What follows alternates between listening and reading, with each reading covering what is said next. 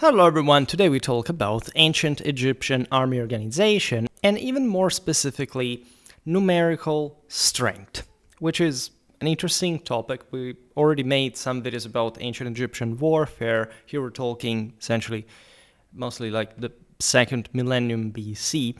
However, we talk about the Ptolemies, etc. We're looking at the previous millennia. And so in a moment in which the Egyptian army was one of the greatest, most advanced in the world, and therefore deserves some sort of greater attention, even though as we will learn today, our basis for such, for example, numerical strength estimates are obviously limited.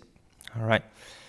The new kingdom of Egypt around 1550 to 1069 BC, often regarded as the height of ancient Egyptian power and imperial expansion, in relative terms marked a period of aggressive military activity following the expulsion of the Hyksos invaders. And this era, divided into three main dynasties, the 18th, the 19th, and the 20th, saw pharaohs build a professional standing army that combined native Egyptian troops with foreign auxiliaries, emphasizing mobility through chariots alongside disciplined infantry formations. Right? This is a very specific time in military history in which the chariot arm has become dominant, also and especially because of those northern barbarians, quote-unquote barbarians, from the Egyptian perspective that evidently knew, however, how to make war. If you're interested, last year I made a video about exactly the New Kingdom Egyptian pharaohs chariot, were between the 16th and the 11th century BC. We talked about other military historical chariot units. We looked at Canaan, at the Assyrian. It really is a broader millennium, essentially, of full hegemony of these wagons that were, however, accompanied by an increasingly robust infantry force.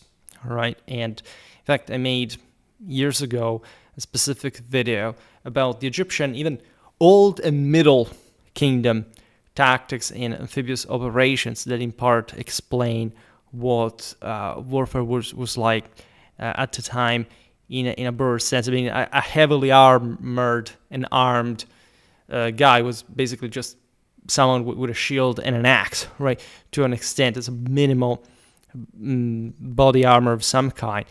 And this tells you how slowly, gradually, the art of war developed. And it's important to look at the apex of Egyptian civilization to grasp better, essentially, what was their strategic and operational stretch, right, maximum.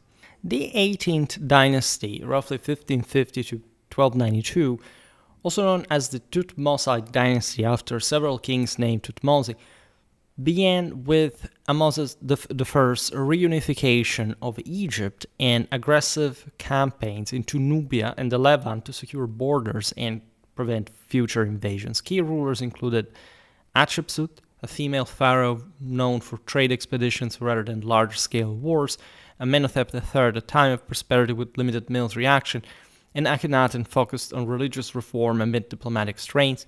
Naturally, we attribute much of these achievements through sort of different indicators that we realize being, however, just the tip of the iceberg of much more complex realities. Warfare was all over the place for different reasons. Thutmose III, who reigned roughly around 1479-1425, often hailed as Egypt's greatest military pharaoh, conducted at least 17 campaigns that extended Egyptian influence from Nubia in the south to Syria in the north, creating the largest empire Egypt ever held, remarkably enough. This was the acme, again, of territorial extension. As you understand, the frontiers are almost just, in part, geopolitics does not exist, but geography obviously is an important factor, repeatedly in the Levant, in the north, against actually also the more threatening enemies, as we've seen in Nubia, to secure important trade routes, control at least, also having an easy access to an important pool of resources, weren't threatened by any major power around, at least. The important there was the logistical stretch, rather. Now, Thutmose's first major independent campaign targeted a Canaanite coalition rebelling against Egyptian overlordship, culminating in the famous Battle of Megiddo, roughly 1457 BC, widely considered, in a certain sense, the earliest, at least well-documented battle in history. All right, we'll surely make a video about that. I made some broader videos about Bronze Age warfare that explain there mostly the preeminence of chariot warfare here, the importance of the Egyptians, especially as far as the scale of chariots that could afford, right? There were some better, as we've seen, chariot peoples that, however, did not quite have the state, the resources, the extension of the Egyptians, so tactics changed. Like the Egyptian ones were more articulated, more combined arms, or at least collective scaled, and the others were sort of more heroic, more champion-like, and so on. But by sort of default, we're also looking at fairly similar enemies. And at Megiddo, Thutmose employed innovative tactics, choosing a narrow, risky mountain pass, the Aruna route, for a surprise approach, defeating the enemy alliance led by the king of Kadesh and securing control over key Levantine cities. This victory solidified Egyptian dominance in Canaan and provided a launchpad for further Asiatic expeditions. The 19th dynasty, roughly 1292-1189, continued this imperial tradition, with Seti I campaigning against Hittites and Libyans before his son Ramesses II, ruling roughly around 1279 to 1213, became one of Egypt's most famous warrior kings. We never really made a video about Egyptian tradition and religion, but we often mentioned what this was really about in our religious theology history content. And of course, there was a sense of ecumenic power and divinity of the individual rulers that was substantiated also in their aptness to combat, mounted one that was sort of the acme of it at the time for athletic skills, sort of, cold-blooded, the enormous pressure that they required in both individual and collective sense. Now, renowned for his long reign, monumental building projects like Abu Simbel, for example, and extensive military efforts in the Levant, Ramesses II clashed with the Hittite Empire. A powerful Anatolian state, so to say, centered in modern Turkey, that contested Egyptian control over Syria and Canaan during the late Bronze Age in the famous Battle of Kadesh, 1274 BC. I really want to make a video about the time and meaning of Kadesh, because really is one of those sort of first big deal battles that we can reconstruct in a sort of sensibly satisfactory tactical completion. And that represents pretty much like the broader military ethos of the era, right? In fact, this massive chariot engagement near the Orontes River involved thousands of vehicles and ended in a stalemate, interestingly enough. Though both sides claimed victory accordingly, it later led to the world's first recorded peace treaty. Again, it's often less important as a primacy that we consider, like the fact that these powers were able to wield such large armies as we will see now, because this is all a background to the actual topic of numerical strength. It is quite contentious. 1259 BC between the two empires is one of those topics that deserve extensive coverage, to say the least. Then you have the 20th dynasty, roughly 1189 to 1077, facing increasing external pressures. There is already a declining phase, including invasions by the Sea Peoples, confederations of maritime raiders and migrants from Mediterranean regions whose movements contributed to widespread Bronze Age disruptions. If you're interested in those, we really never made a single video about the Sea Peoples per se. The only one that actually touches on it is the early Italic, the Proto-Italic, if you want, participation to the Sea Peoples raids. That is an often sort of underappreciated topic. We know of likely what those were to be essentially the Etruscans, the Sicilians, the Sardinians, right, from the different ethnonyms that the same Egyptians record. But this topic is crucial as far as also that video that we made about the Dorian migration. That is apparently a very contentious topic, because essentially a part of historiography says that it sort of kind of never happened, at least in the form of an actual invasion of Central European peoples that reaffirmed a broader sort of and deep Indo-European warlike ethos and so on. What actually matters of this era that is beautiful, in the so-called Bronze Age collapse, and again, other very contentious statements, etc., is, however, this very important step in the art of war, namely the beginning, probably the end of the aforementioned chariot warfare primacy, right? Because the sea peoples are tougher, more compact, less socially stratified, and therefore have tougher infantries that can withstand chariot charges. In parallel, you have, and we also made lots of videos about this, that is perhaps even, at least in absolute terms, less considered aspect. It is properly the birth of cavalry as a separated army. We're not talking about runners that accompanied as retainers the same chariots that were already, in fact, forming de facto some sort of arm, but in fact a fully fledged cavalry arm that was also to substitute chariots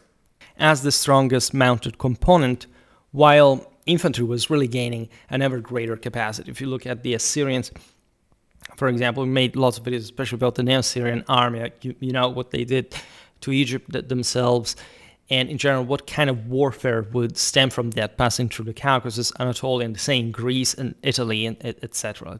The concept of tactique, right, and how sort of this orderly linear formations already prearranged and trained properly to pass from column to line formation in a prearranged fashion. In fact, it's something new in the art of war, and we shall make lots of videos about this passage. In general, I made something about the Argos panoply, about why the Italians never really had an Hellenic style of phalanx, but there are Duratrians, there are different populations that act a bit as a bridge as well. So interesting to see this broader military civilization spread and ramp up fundamentally in terms especially of arm qualitative and collective training.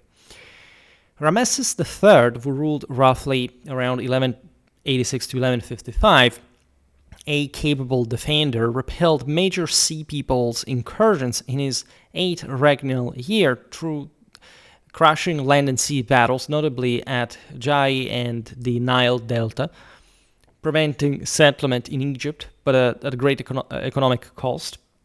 The sea peoples were really to shatter the entire sort of mechanism, and Egypt would be on the decline, as we've seen also in other videos about the early first millennium BC, because we didn't talk just about the Ptolemies, etc. We talk also about Egyptian auxiliaries in the Achaemenid army, etc. So that's a very important. I sort of hate to repeat it all the time how relevant something is, but let's say since nobody really seems to discuss this, I found people said, "Oh, you're the only person who actually looks at this other times of Egyptian military history," because you can see a continuum. You can properly learn how to carry out a diachronic and comparative military analysis, which it's very rare nowadays. Interestingly enough, from these Egyptian victories on the sea peoples, as raiders, as pirates, we also get, through Egyptian iconography, some information about what those peoples coming from Europe looked like in arms and armor, aside from what we know, of course, mostly from an archaeological standpoint, about the northern shores of the Mediterranean. Now, Ramesses III's reign, documented in the Great Harris Papyrus, represented one of the last peaks of New Kingdom strength before decline set in for good, fundamentally. New Kingdom Egyptian armies are therefore our object of analysis today, because you understand this military arc is extraordinary, and it really represents the best of the ancient Egyptian military history and civilization. these armies, and we will again talk about them better, make an entire video about armies organization proper, right, rather than just numerical strength. That's probably a separated topic on its own, but definitely overlapping with the former. Featured three primary branches: infantry, chariotry, and a smaller naval element. Infantry formed the core, organized into regiments, often 200-250 men, by weapon specialization, essentially archers for range fire. Consider that infantry was not as powerful for a long time, and sort of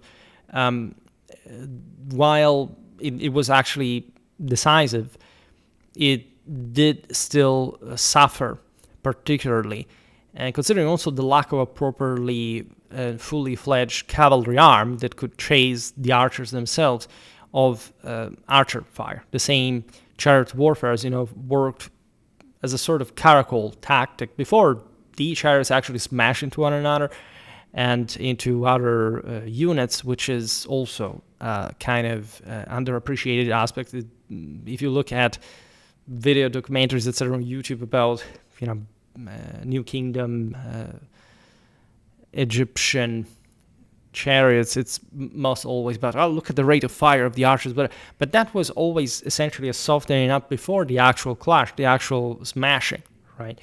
And that always happens at any time in history. You don't find people just basically shoot at each other before firearms kicked in and sort of developed beyond a certain dimension. Even there, when you have some critical mass, it doesn't even matter in practice what kind of weapons they use. Here we are in a time in which technology obviously brought to, even by itself, like hand-to-hand combat to be the resolutive fashion. So never make those mistakes like thinking, oh my god, archers were decisive. They weren't. Right? Missile troops aren't decisive throughout all sort of pre-industrial times. And there's this gross overstatement, especially of missile warfare from the side of Anglo-American historiographical tradition, because of the longbowmen of the 14th century. And they, there a bit of technologism, a bit of positivistic, industrial, Victorian era idea of progress that makes you think that technology solves things. Technology alone is zero. Doctrine is everything. In any case, there is no evidence of archery actually making it on its own. But it was important, right? Archers were also quite numerous, as a matter of fact, using powerful composite bows, by the way, which is a tradition that from North Africa will sort of go on. We've seen that for example, Sudanese longbowmen at the age of crusades, right, that with spears and in fact longbows at the Third Battle of Ramla withstood Frankish cavalry charges for an entire day before breaking admittedly. But for saying how this combination is kind of always valid historically, but it doesn't work in fact without the heavies. The other branch here in the New Kingdom Egyptian army is obviously the spearmen/lancers for medium-range thrusting and close combat troops with swords as well, like the Kopesh sickle sword is sort of typical of the era, axes or maces protected by shields and sometimes scale armor as well. And this last weapons, this bird panoply was really the top of the era in many ways. For infantry, if anything, then the chariot was hegemonic, as we said, and also in broader religious, anthropological, moral terms. Elite units included the Naktua strong arm boys as crack infantry as well. So obviously there were all sort of levels of certification in terms of tactical quality, etc. As we were saying, chariotry introduced from Western Asia around the Second Intermediate Period and reaching its peak by the Ramesside era, served as the mobile striking force. Egyptian chariots were lightweight, agile platforms pulled by two horses and typically crewed by two men, a driver, often with a shield, and a warrior archer equipped with composite bow, javelins, and sometimes spears. Right. This is quite interesting for a number of reasons that we already articulated in other videos, namely the fact that Egyptians had, and this is valid in general for the sedentary powers that have more resources in general, more properly a state to concentrate them and to spend them in a sort of rational, also coercive fashion in terms of training, discipline, large scale units, then naturally the need of having lighter elements, right? If you have really a lot of forces, and if these are not really stemming from a feudal society like the one of the steppes from which chariot warfare had originated, essentially you will have some replica of a much more aristocratic model, at least in the truly elite nature that it would have among these other barbarians that, however, had fewer of them in absolute terms. Obviously, also in Egypt, chariots were hyper expansive, etc., but their structure was historically lighter than the one, say, of the Ixus, of the Hittites, that in fact had beaten the Egyptians on different occasions, had become a threat properly to their own independence or native rule.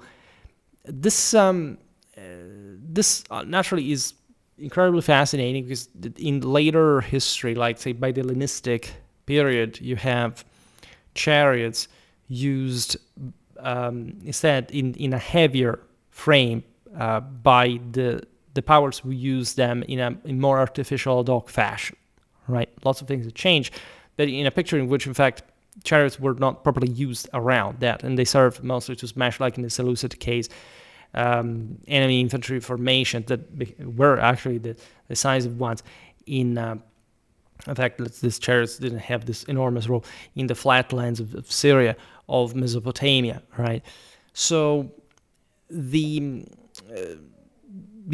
I presume, by the way, I hope at least that you're very aware of what I'm talking about, as the Egyptians here commanded properly from the scale of their forces that required smaller quality. It's like saying, I don't know, you have more resources in the modern era and you realize that the value of the individual falls, right? Here it's basically the same, even though in fact the power of the military is greater as a whole, right? The other aspect, however, is that still we're talking the Bronze Age, and so we're talking essentially an aristocratic, heroic, champion-based, however you want to call it, culture, also in Egypt,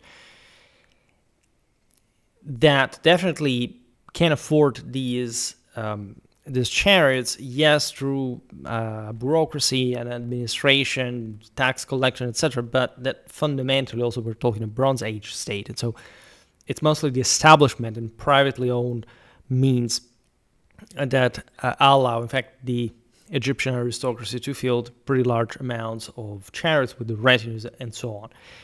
And so you see a pattern that continues also, generally speaking, of chariot warfare, an element that is the actual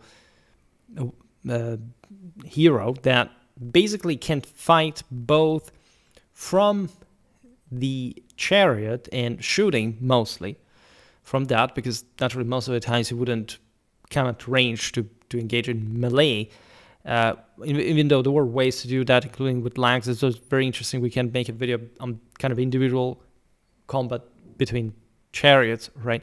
But that could and would dismount on multiple occasions, necessitating of the driver remaining on the chariot to pick him up from the fray. This is something you see even, I don't know, in Celtic warfare later on, by the time which, as we were saying before, chariot warfare had been reduced to the fringe of the world. I mean, again, the Celts in Britain, the Garamantes in the North African deserts.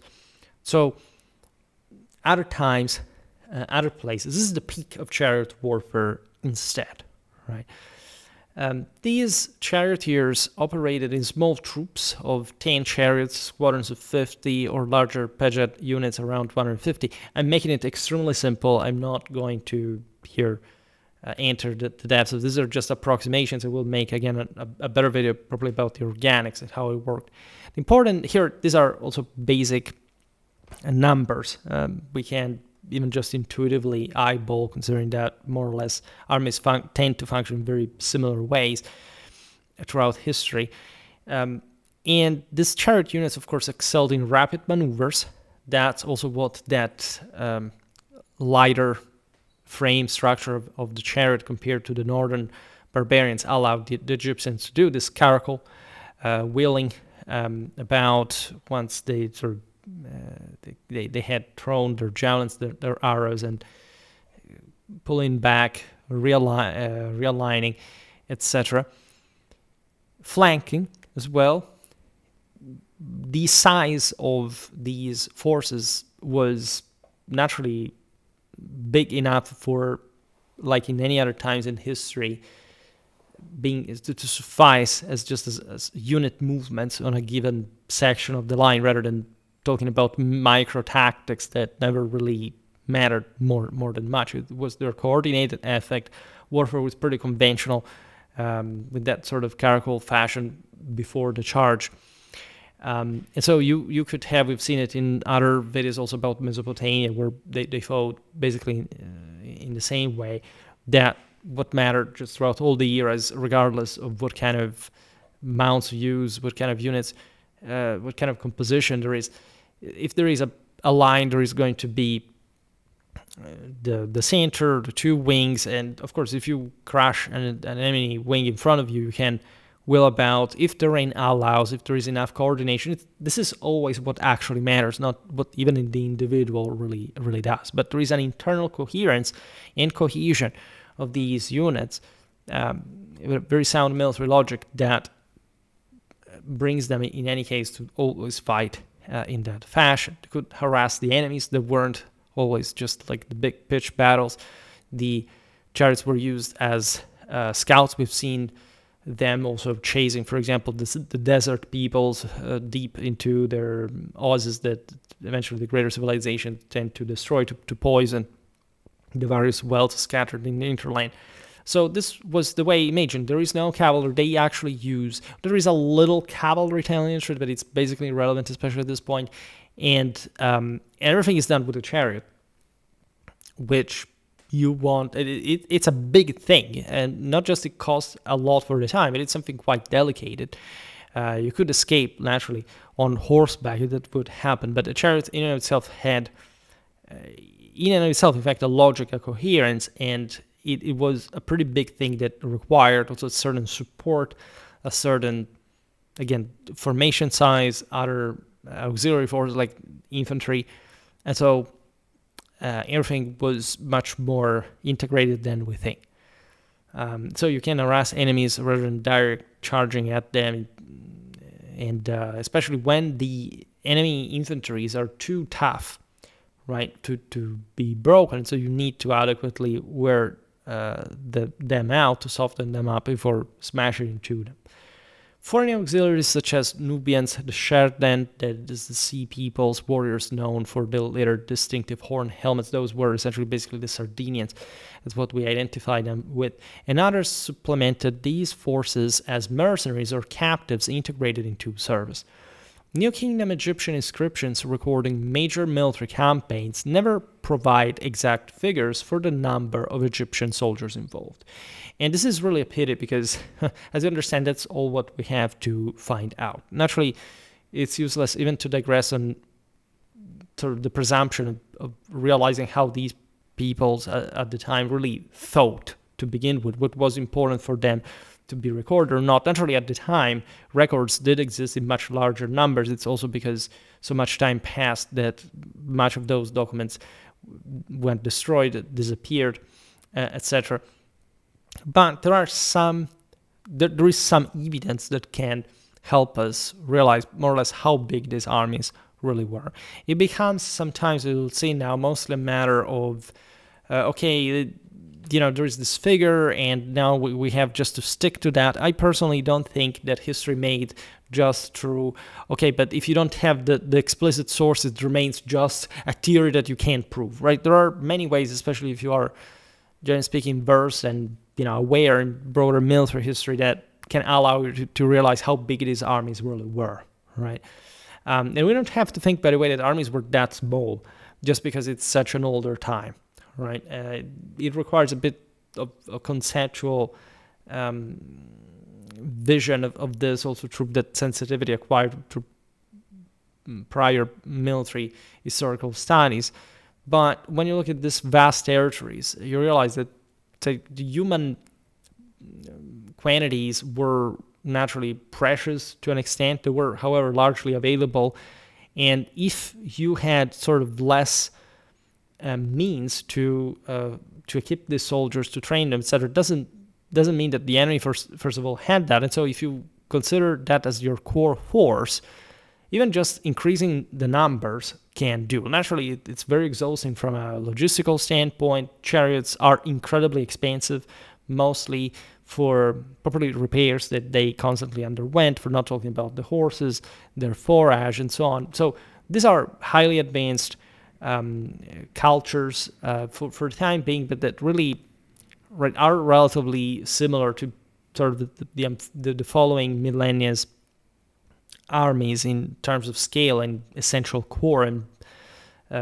position. These are not tribes. They're not sort of some scattered peoples that they don't have much of a consistency, a level of political concentration that you can simply chase them, hunt them back into the wilderness, right?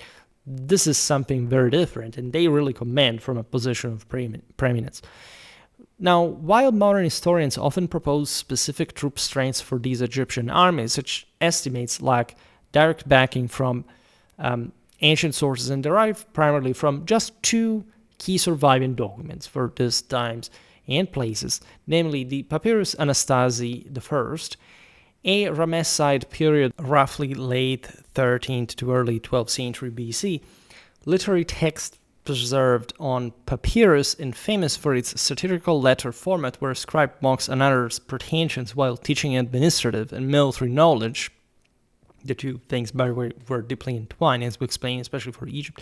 And the large rock stela erected at Wadi Amamat during the reign of Ramesses IV, who ruled approximately 1166-1160 as a king of the 20th dynasty. The Wadi Amamat stela, situated in Egypt's eastern desert, a vital quarrying area, by the way, celebrated since pharaonic times for its beckoned stone, a durable gray wax ideal for statues, sarcophagi, and other monuments, commemorates a substantial expedition to extract this prized material. The military component of the expedition's workforce included the following personnel and units. So let's simply read what it says. 1. Deputy of the army. 1 charioteer of the residence. 1 scribe of the army lists. 1 scribe of the deputy of the army. 20 military scribes. 20 chiefs of court stables, possibly chariot warriors. 1 chief of the commandant of the army, 20 infantry commanders, 50 charioteers, 5,000 infantrymen, and 50 magi police. Right, this is incredibly interesting, and we will see now what this basically is. Like the magi, you've probably seen them as a kid in the 90s, like me, in the Mummy, were actually originally nomadic Nubian people from the eastern desert regions, ahead by the new kingdom evolved into an elite paramilitary police and security force frequently assigned to protect borders, royal installations, and desert expeditions from threats like nomadic raiders. And so we're a bit something in between. Naturally, we're not skipping the Papyrus Anastasi I, but it's important to start from the Wadi Amamat stele. And the important here that we have just read, quantitatively speaking, is the proportions, of course. The scholars frequently see the 20 infantry commanders as supervising 20 separate detachments of 250 foot soldiers each, supported by 1 squadron of 50 chariots. This is based on simple maths, simple subdivisions, repartitions of the organic force. We will not have the full certainty for this, but it does make sense if you think about it, considering what we said before regarding the various units of 250 as some sort of companies, basically. Now, all good as a calculus, it doesn't even take that much. If it wasn't for the fact, however, that this has commonly fueled the assumption that is detached from this, it's more like a habit, as we were saying before, just to always go back to the actual figure, otherwise you can't say anything. The assumption that a typical Egyptian field army consisted of about 5,000 men, implying a total of around 20,000 soldiers. 4 armies, for example, operated together. which refers also to other evidence here and there, because naturally armies are more counted than the soldiers that were in it. Now, we all know, by the way, how sort of theoretical this remains. This really remains theoretical, if anything, because we know, organically speaking, how wild of a variation routinely occurs in armies, right? Not just because of organic reasons and sort of strategic necessities, but also because of chronic understrength in a normal campaign with attrition rate and so on. Without mentioning that here we're literally looking at least several centuries of sort of a country's history, and obviously you can expect all the military changes of the case, including organic. You could admit that not necessarily much would change as opposed to other times in history, when you realize especially that most of the organic proportions of different units and the various ranks of hierarchy would remain similar throughout history. Yet, when we speak of the stela here, numerous factors make it an unreliable basis for estimating at least standard army sizes. The chariotry proportion, for example, is strikingly low relative to infantry. This could also be referring to different things. For example, that those charioteers may have had some kind of retinue, including some emergent scattered cavalry or infantry alongside them. There was probably a different extraction.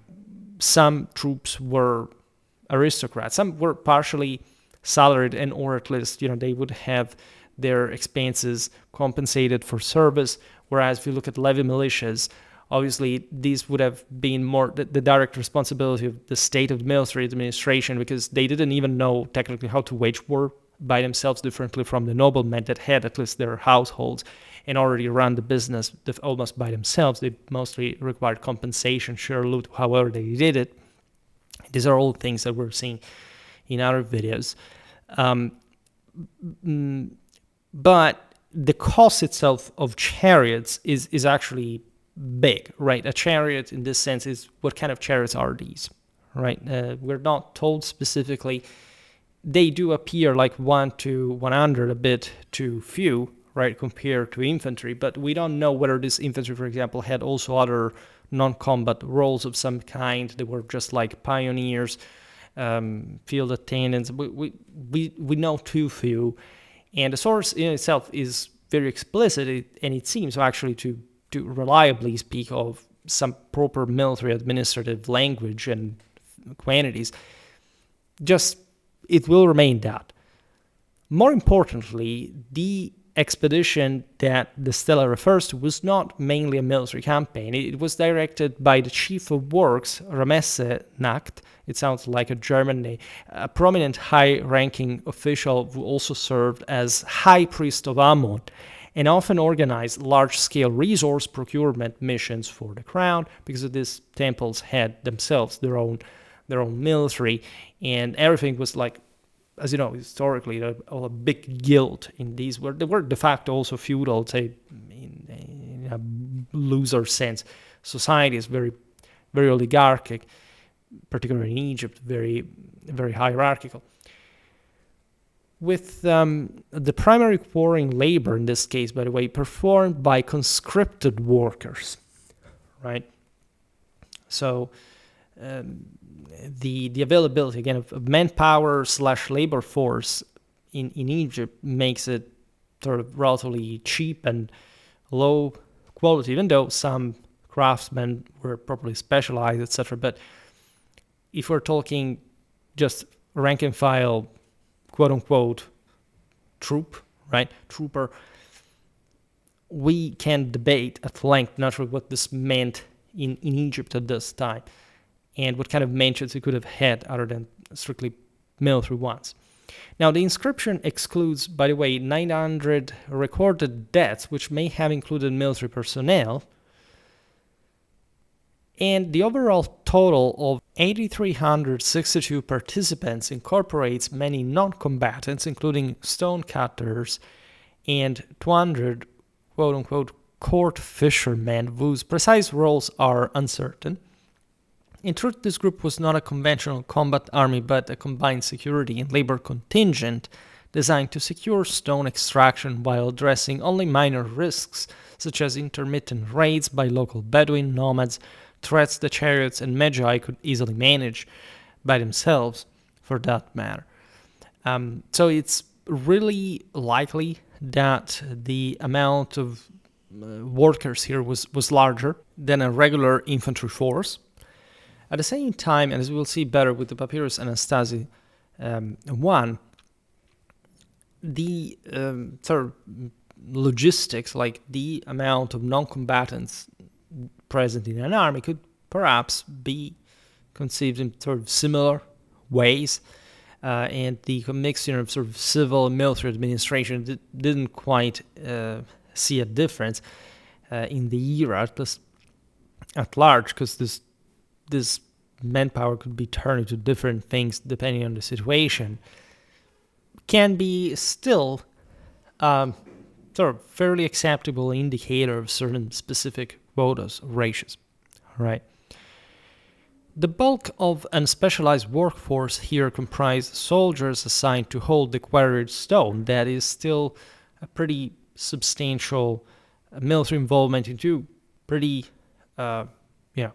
intense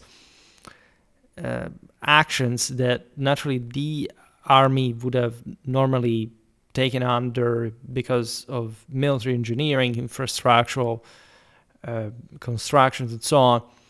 Nevertheless, the opposite can be true as well, that the effort really required to the other sort of unskilled labor force was equally intense. It could have also been spent in a military sense in other circumstances.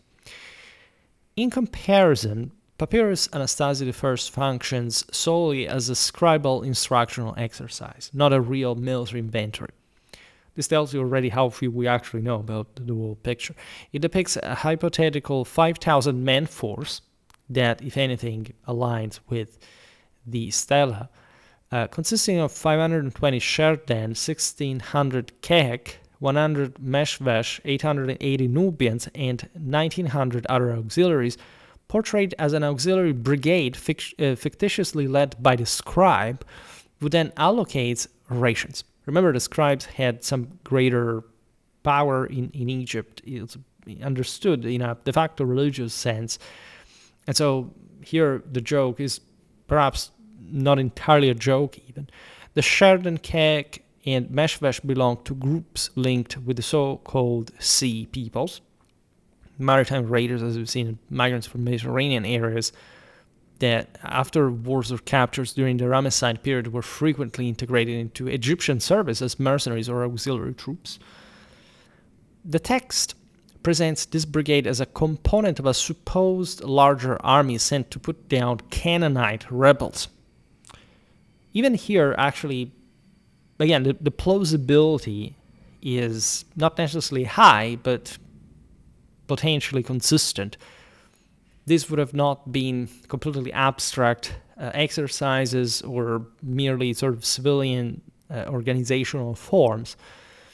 What matters, however, is that ultimately neither document demonstrates any fixed or standardized size and composition for Egyptian armies.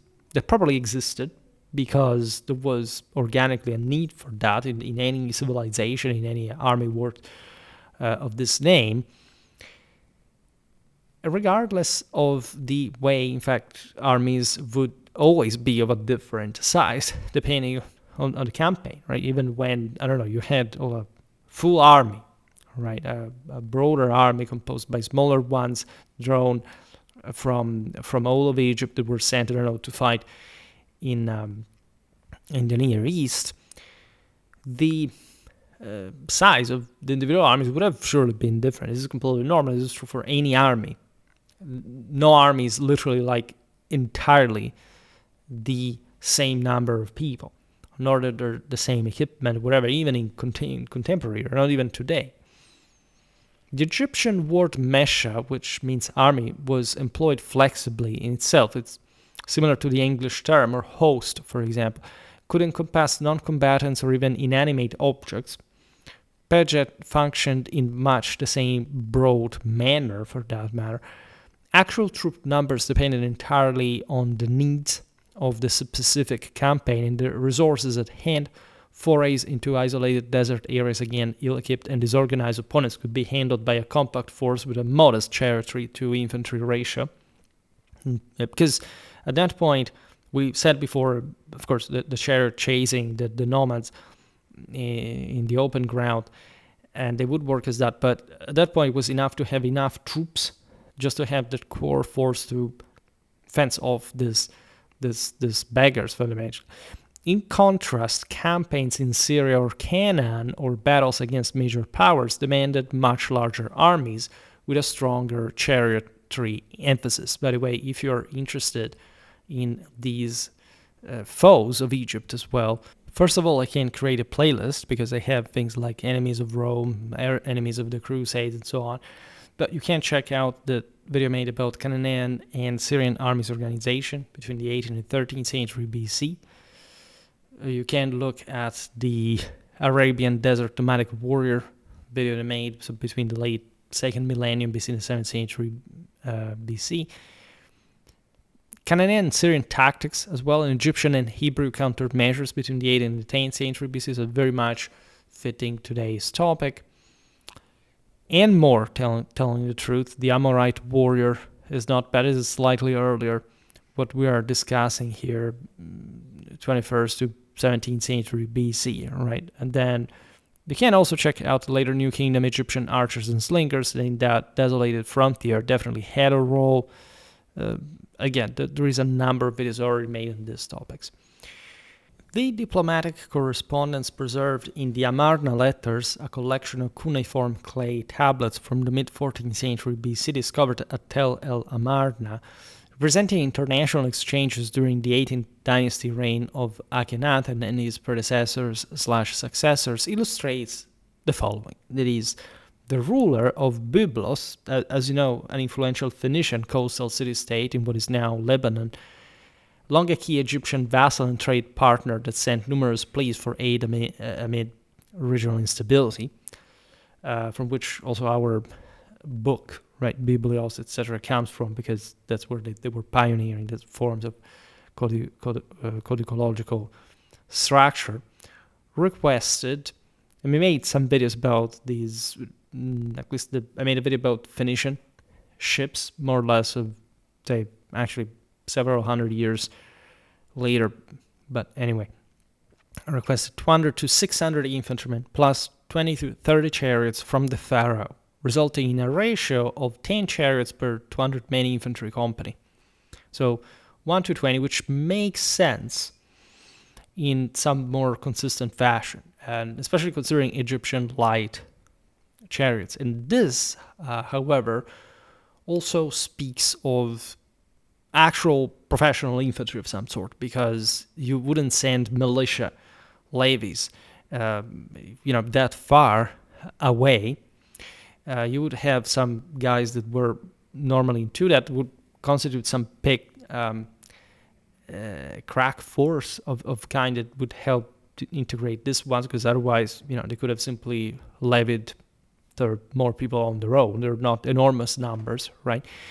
So that would be the ratio, as we were saying before. It could be coherent with the aforementioned figures because of what we said before, that some of those men were actually not properly fighting force and may have not been even that qualitative as this one. And so the chariot in itself was pretty scary. Infantries were, especially at this point, not yet quite robust to withstand a prolonged arrow fire plus charge from aside from one another. Besides, here we don't even have to think that the men were necessarily all heavies, right? So that would actually dilute the proportion in favor of chariots, quantitatively speaking. But it's likely that these were sort of heavier forces in general, and that were sent exactly to withstand. Even it had it contained longbowmen, they were importantly qualitative in kind. The Papyrus Harris, also called the Great Harris Papyrus, an exceptionally long hieratic document from the 20th dynasty now in the British Museum that details Ramesses III's donations to temples and summarizes his reign's achievements shortly after his death, recounts how Ramesses III, who ruled roughly, as we've seen before, 1186, 1155, and is renowned for defending Egypt against the Sea People's invasions in his later years, as well as for his massive temple building and endowment programs, organized Egypt's young men into age-grouped cohorts known as quote-unquote generations, that is the Jamu, each comprising 100,000 members, which naturally could be contemplated in a theoretical sense across the country by some kind of bureaucracy, but was merely nominal, was more like showing sort of Pharaoh's divine power in this ecumenic scale of force. It's interesting also that they would be subdivided by generation, at least if we have to consider them as such. The word something different, actually, or likely at least, even though it could be a form of recruitment mirroring actual sort of organic repartitions, like you see, I don't know, when all the generational segmentation that existed among every people, right? If you think about Egypt, you think, okay, well, this is a big state with one of the most advanced centralized mechanisms. You don't think, at least structuralistic liberal history hasn't taught you to reason, even for the Egyptians as a sort of people with a former tribal background and military sort of ethos or aristocratic in this hierarchical subdivision. But look at all the other armies out there. There are always the younger, more likely equipped. There is a principle of greater liberty. It's something more you see in tribal forces, right? It's a bit what you see in Rome, but it's also true in classical Hellas, for example. There is always a segmentation based on age by some extent, and also some that it's not even just patrimonial, but it's also physical in practical terms. So these sources are always somehow religious, propagandistic, stressing the divinity, the immensity of the kingdom, etc. But they can reflect also this type of, for example, like you would imagine, I don't know, even when you think about the Roman Astati Principes Triari, right? Imagine all the Solchi and all the tribes that contributed to the Roman army. They would all actually provide with a segmented population. They would all have their own sort of youngsters, probably the tougher, the more mature, and then the more middle-aged. But when they were deployed in battle, they would be deployed next to one another. You could have, again, all the Astati of all different tribes in the first battle line, right?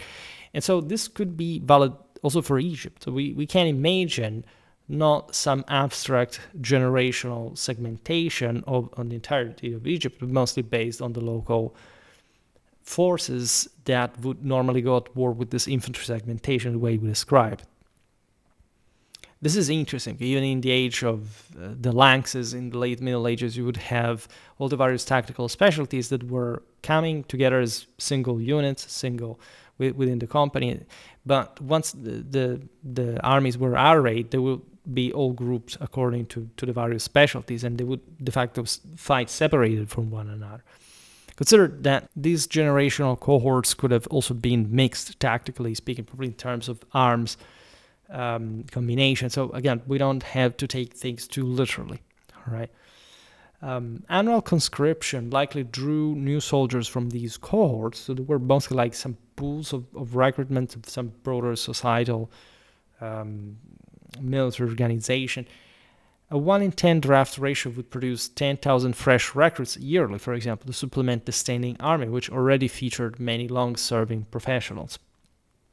There is an interesting parallelism we can draw from the so-called Machimoi in Hellenistic times, right, under the Macedons, where in the Ptolemaic army, you realize that native Egyptians, although sort of a weaker people and subordinated to the Greeks, and also to other European mercenaries, for that matter, that were military colonists, were not just Macedon, that were, I don't know, Thracian, Italic. They're literally mentioning the sources, and that video in fact is quite interesting, would actually constitute like the overwhelming majority of any available level militia, fundamentally.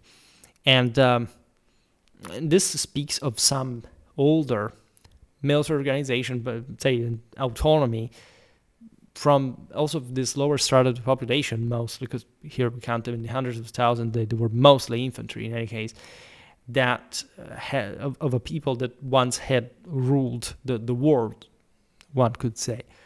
Now, surviving records do not detail service length, but it eventually extended for a substantial time, this generational cohorts. Egyptian accounts never reveal the exact enemy troop numbers in major battles either. So we are in the dark, even as far as comparative possibilities. At the Battle of Kadesh under Ramesses II, again, 19th dynasty, where between 1279 and 1213 his reign is celebrated for, in fact, the length of it, because it's really incredible for the time. Also, the extensive building projects and military campaigns in Levant, the Hittites, so their Anatolian power that rivaled Egypt for control of Syria during the late Bronze Age, already positioned near the city, are claimed to have deployed at least 3,500 chariots along with 2 elite divisions of Teher troops, a Hittite term for select or allied chariot warriors, often denoting high quality or noble contingents in their forces, and numbered at 18,000 to 19,000 men, each totaling 37,000 warriors. We will now better understand how we came to know these figures, that some historians say they're so neatly rounded to appear suspiciously exaggerated. Also, the Egyptians had no feasible way to accurately tally such enormous opposing forces, were they simply even just within that scale. But this is exactly the point. These forces are objectively too large to presume, at least as a coherent fighting force. Not much because, as we said at the time, they weren't possibly manageable in a broader sense, but simply because like a more compact force, even for this large scenarios, already like we are in the second millennium BC. If you already mobilize 20,000 men, they're all fighting force, they're well equipped, they're well led supply. It's already a massive capacity. So what matters here is not actually denying the scale. It's maybe saying maybe we're half of that, right? 3,500 chariots is immense. Naturally, the Battle of Kadesh is not really just a random battle, right? But if you think about it, still the scale is exactly one of tens of thousands of forces you see in pitched battles throughout most of history, like pre-industrial times. So this figure, I wouldn't basically come to dismiss. The Egyptians may have exaggerated the enemy numbers. They would have not had a precise measure to count them, but hey, we have these figures, why not, right? The earlier Battle of Megiddo under Thutmose III, mid-18th dynasty, essentially like ruling from 1479, 1425, often called, again, the greatest military pharaoh, right? In his 17 campaigns, he secured dominance in the Levant, provides more credible data sourced from meticulous official war annals compiled, however, afterward. The captured booty included 340 live prisoners, 83 severed hands from slain foes, 41 horses, 191 young ones, that is foals, 6 stallions, an unspecified number of colts, and 924 chariots. Right, the chariot figure serves as the most reliable gauge, indicating at least 1848 combatants, assuming 2 crew per chariot. Right, the discrepancy between 41 horses, because remember at this point the horses are mostly just like for chariot. In 924 chariots is also easily resolved. Many animals likely perished, probably from Egyptian archery or fled. Right, so Egypt secured at that point a crushing triumph, though some enemy chiefs escaped into Megiddo before the pharaoh's encirclement tightened. Right. Thutmose III thus probably faced at least 2,000 adversaries, perhaps a bit more, with a near correspondence between captured horses and chariots, factoring in the standards 2 horses per chariot, bolstering his assessment. And this means, by the way, that the forces that the enemy was mobilizing actually were pretty large, right? Because if we count at least 900 chariots already sort of captured, right, we have to assume a much larger force. And as we've seen, if you multiply the charioteers, and here actually just the chariots simply without doubling and redividing, per, I don't know, 10, 20 infantry, you have actually a pretty sizable force of, say, 20,000 men. All right, plus the chariots, so it's pretty large. And it makes sense with the figures that we were actually talking about before. Again, nothing out of the ordinary, really, for powers of that scale that likely also could feel at some point during the Bronze Age, sort of the peak of this era. Pretty large forces in some of the most densely populated parts of the world, and some of the most advanced. Again, Kadesh, Megiddo are some of the most important, biggest clashes, so they also are relatively exceptional, right? Thutmose III's army is usually estimated to have been likely of comparable or only slightly larger size, because, by the way, the Egyptians had the upper hand, not just in sort of the engagement, but in general, like the strategic force. This was a massive expedition, and therefore we can easily imagine, 30,000 men from the Egyptian side, which was immense and probably, again, already crashing. Even though it would make overall sense if you consider the entire host, right? The historians actually put that roughly 10,000 per side, the troops that actually clashed at Megiddo, and others were around, especially from the Egyptian side, scattered in garrisons during the advance. In any case, the scale is tens of thousands, right? And different historians have different opinions. Again, I don't necessarily think that quantities would have been that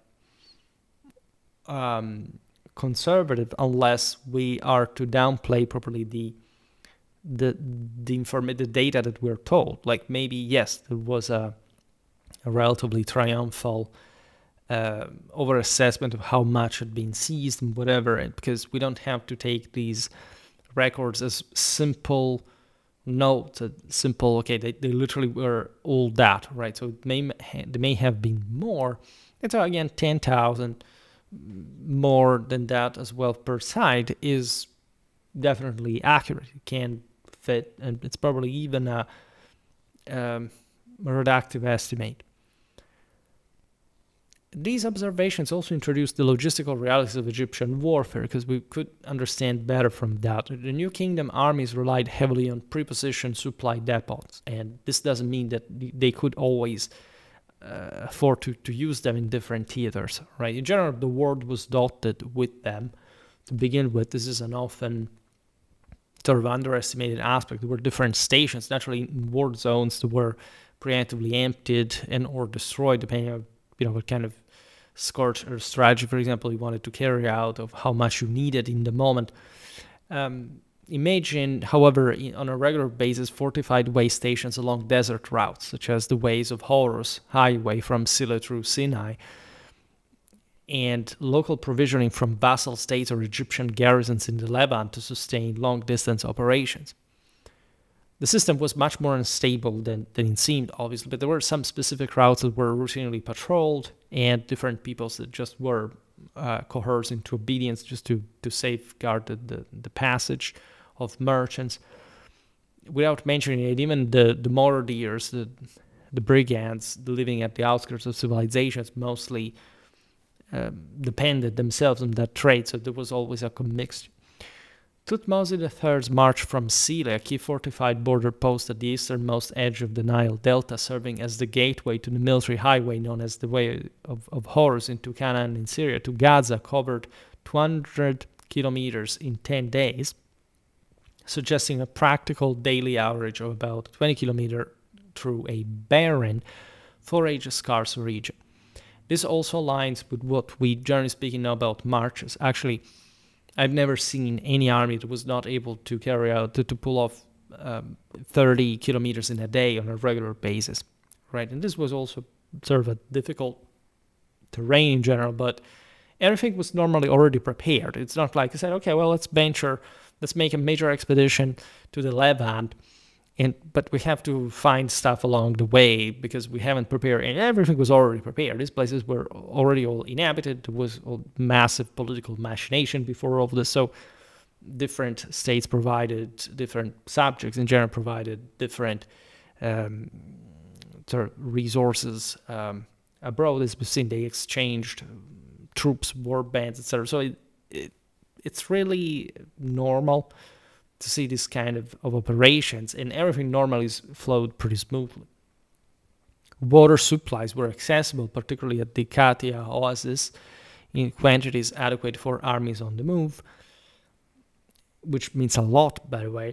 Given the minimal rations for troops supporting roughly 2,500 men appears essential, though this could be reduced if garrisons at Gaza and intermediate sites supplied extra provisions. From Gaza, the pharaoh advanced 12 days to Yehem, a pro-Egyptian town in the Sharon plain of Canaan, functioning as an important logistical halt before the push inland to the Jezreel Valley and Megiddo.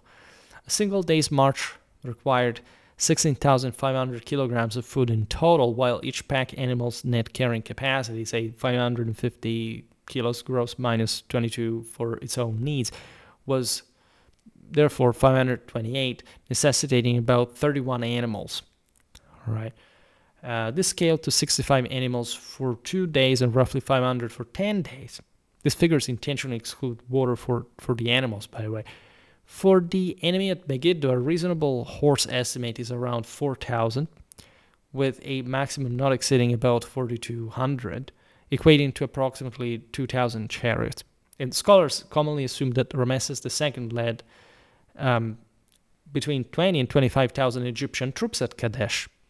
And so you see that the figures that we were hypothesizing in general are actually correct, right? You can sort of appreciate already in this mid-Bronze Age period a capacity of tens of thousands of men, like to carry out this big campaign, again, crushing from powers that had really something in the way they managed to pull off this major feats. This required enormous cost. It was not for sort of the system to sustain it on a frequent basis, right? Not even a regular one. However, again, what's different from also at some point, some later times. Yes, some sources also claim different numbers sometimes, but realistically, right, you can sort of assess from all a set of indicators the scale warfare and how therefore things work without really recurring to any hyperbole or always lingering in the realm of hypothesis without getting anywhere precise, right? Precision, maybe not, but accuracy, yes. Like these armies are thus not much of a mystery, telling the truth.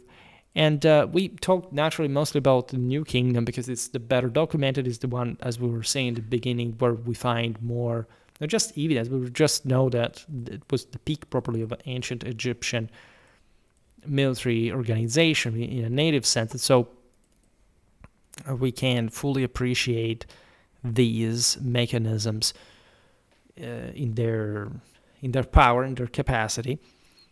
I'm glad to make these videos because these are from the cycle, right? Our lottery here blesses us with different things at different times. I was just checking. Let me see, ancient Egyptian history.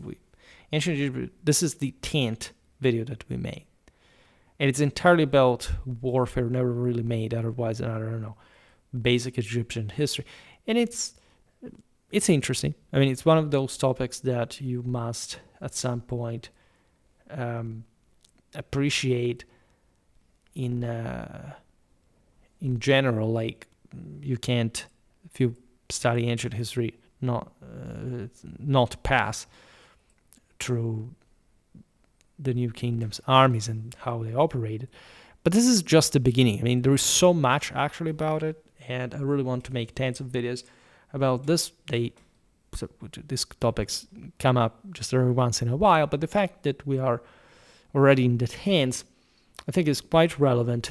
I love Bronze Age warfare. The more I look at it, I started it just like a few years ago, and we have already, this is the 30-second video that I made. It's all warfare. But if you're interested, you search the playlist, you're going to find this. And again, it's already solid. We haven't naturally made too much because it's also pretty broad. We're talking an era entirely, right? So there are so many different people, so many different battles, encounters, and general mechanisms that you can't sort of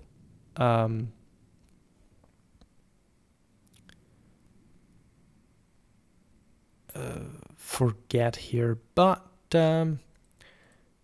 in general, right, I'm glad that we got to this point. For today, I stop it here. I just hope that you enjoyed this video. If you did, please share it. Otherwise, leave a like or subscribe to my channel if you're interested in my upcoming content. As always, I thank you heartily for listening to me. I wish you a nice time and see you next time. Bye.